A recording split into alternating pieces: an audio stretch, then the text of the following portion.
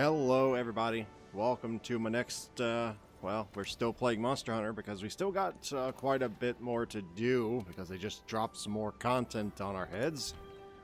So today me and Glasgow are going to be taking on Pandora's Arena. Now Pandora's Arena is not my favorite quest of this new content. In fact, it's quite annoying. In fact, it's downright a big-ass roadblock for some randoms. At least from what I've gathered on social media so far. Personally, I can understand why. And you'll understand why before this video is through. Trust you me on that one. This was my very first time fighting Lunastra. Ever. In any game. Just like Teostra was my very first time fighting Teostra. I'd never fought Teostra. Lunastra, I believe, used to be the weaker of the two. In World, they just kind of said, nope. Lunastra is the worst of the two now. But yeah, they're a power couple. They've been in the game since, I think, Monster Hunter 2. Forgive me if my trivia is wrong, but at least I'm trying to learn something else I have 3U. So, yeah, this was me just getting my stuff ready because we're just about ready to get going. Since this is an assignment thingy, I have to go by myself until I see the cutscenes, which, as I recall, I don't believe there were many cutscenes. So this was kind of dumb anyway, but I think he was also in the middle of a mission, because I just joined in the middle of it. I was like, well, I'll just get this done, and then we can hopefully, you know, do all this other missions. So that was the plan. Okay, so bottom line in this fight, one thing you need to make sure you have a cool drink. I don't give a damn how little space you have. Clear the space for the cool drink. You'll want it. You'll thank me, by the way. Now, small bombs are optional, but the cool drink is not. You need a cool drink for people who haven't, who don't know about the cool. I guess there was a cutscene. I guess I'm wrong. I'll continue this after.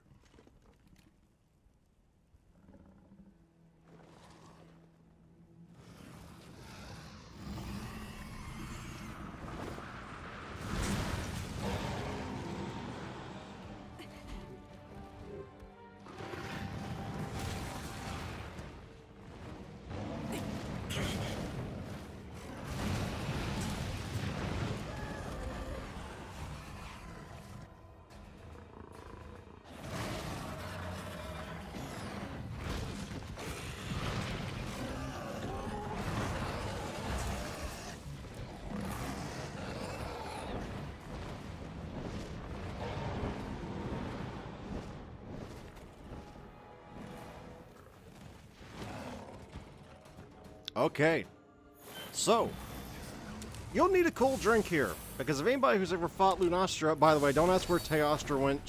He just kind of disappeared into the ether. Teostra has essentially, if you remember the Elder Recess, you know those areas with the big lot of heat? She kind of puts out an aura similar to that, though I think it's actually worse. You'll watch this entire fight, because just look at my health and you'll see just how big of a drain it is. I'm basically doing this like the Iron Man version. By the way, if you haven't noticed, there's only a 15-minute time limit. So, generally speaking, most people recommend you do this by your damn self.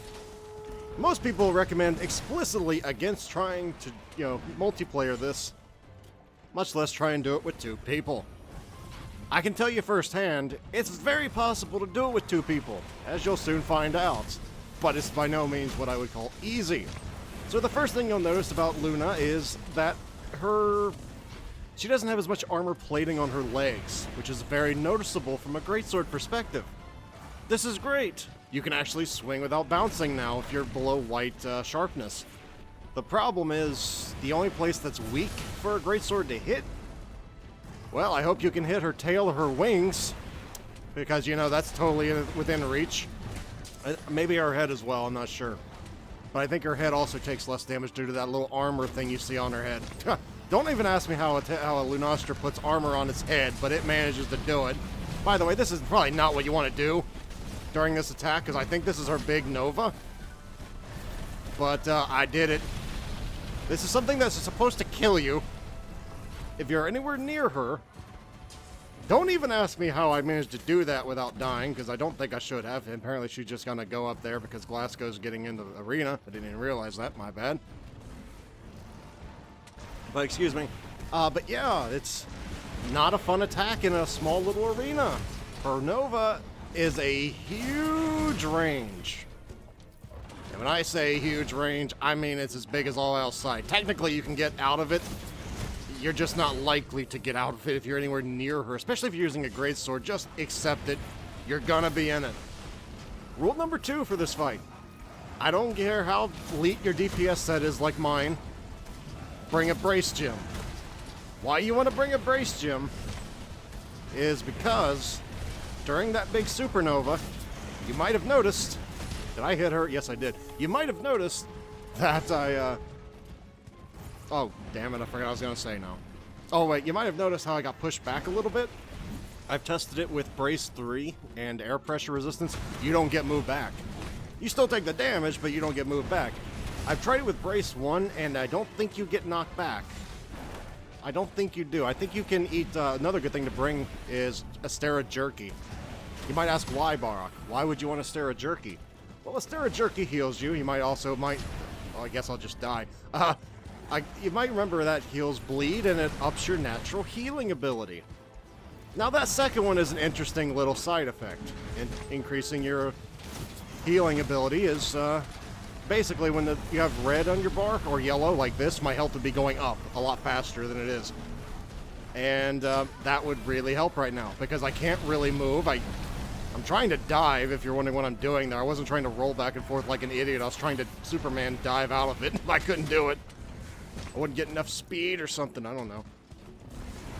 But yeah, cool drinks and brace. Those two things will make this a hell of a lot easier. The Astera Jerky... it makes it a little easier, but not terribly a lot easier, but it will help. But those are the two things you need to have. That was not a wise thing to do, but I thought maybe she might turn and try and attack somebody else. You might also notice she loves turning. She will attack in 2 directions in 2 seconds.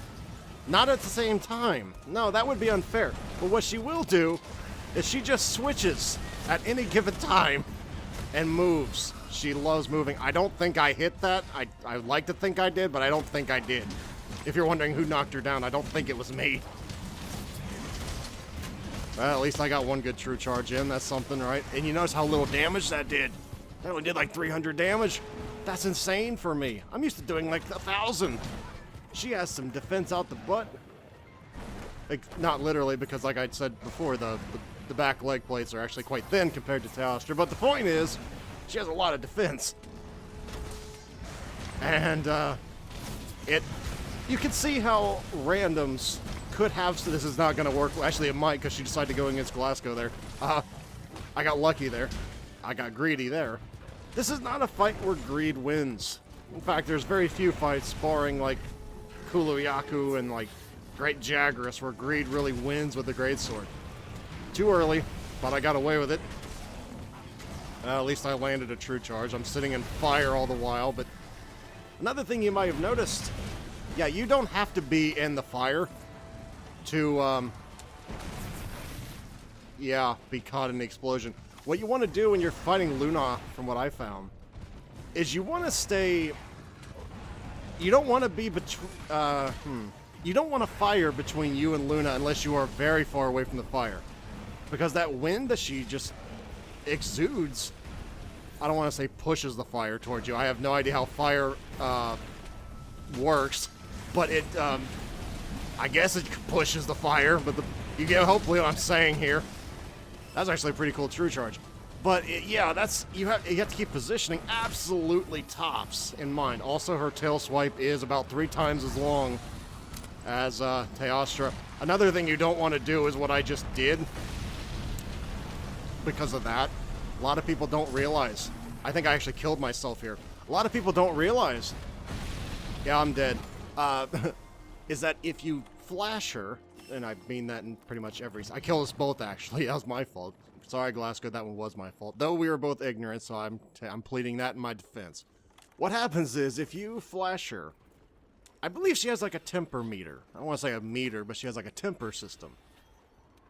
Flashing her pisses her off, basically. I think that sentence could be applied to a great many women. But in this case, it really does piss Luna off.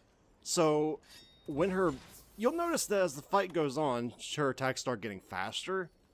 It seems like. Maybe that's just because that's it. She gets enraged.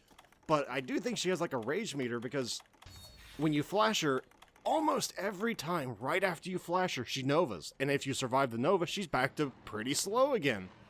So some people, meaning myself, I've taken it upon myself in randoms to test this because fuck it, I'm the only one that ever tries things in randoms.